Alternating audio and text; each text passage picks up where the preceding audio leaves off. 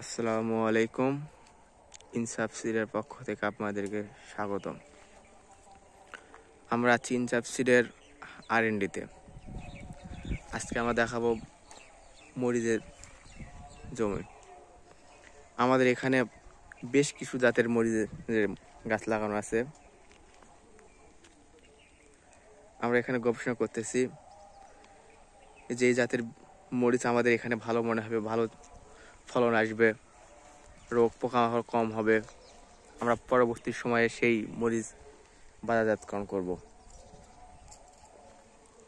আমাদের মরিচ গাছের মোটামুটি দেখতে গেলে ভালো একটা পর্যায়ে এটা ফুল এসে গেছে।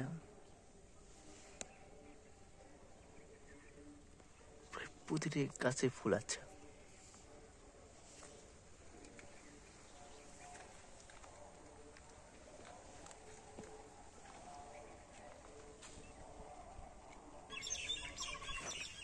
আমরা দেখতে পাচ্ছি এটা রাধিকা নামে, এই রাধিকা জাতের মরিচ এগুলা মোটামুটি ভাবে আমরা গাছ দেখতে পাচ্ছি।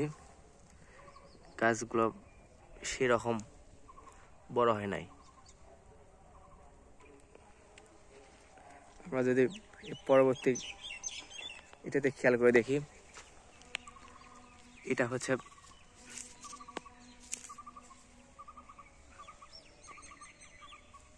এই গাছটা সাইজ মিডিয়াম।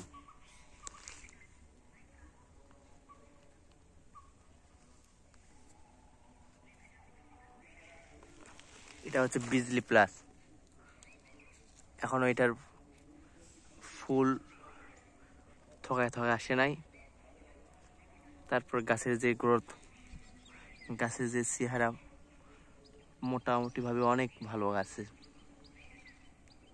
আমরা অন্যান্য গাছের যে গ্রোথ হয়েছে সেই হিসেবে যদি বিবেচনা করে থাকি, তাহলে আমাদের এই অনল জাতের মরিচটা অনেক এগিয়ে আছে। আমরা দেখতে পাচ্ছি অন্যান্য গাছের তুলনায়, অন্যান্য জাতের গাছের তুলনায় এই জাতের গ্রোথ অনেক বেশি, মানে গাছ অনেক বড় হয়েছে। আর এই জাতের আমরা রোগ বা পোকা দেখি খেয়াল করলেও দেখবো যে সেরকম নাই। এই যে মরিচের থোকায় থোকায় ফুল আছে, আরো কিছুদিন গেলে আরো ফুল বের হবে।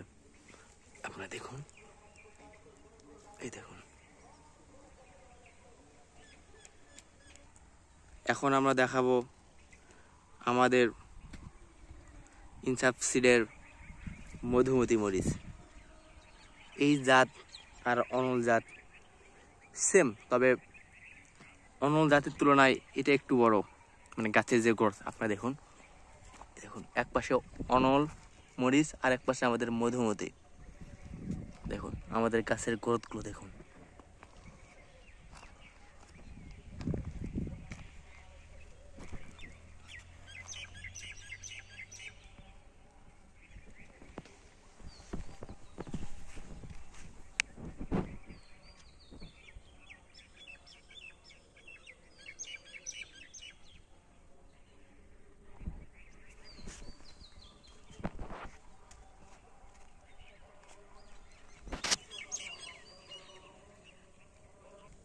আমাদের মধুমতি মরিচ গাছের একটু চেহারা দেখুন,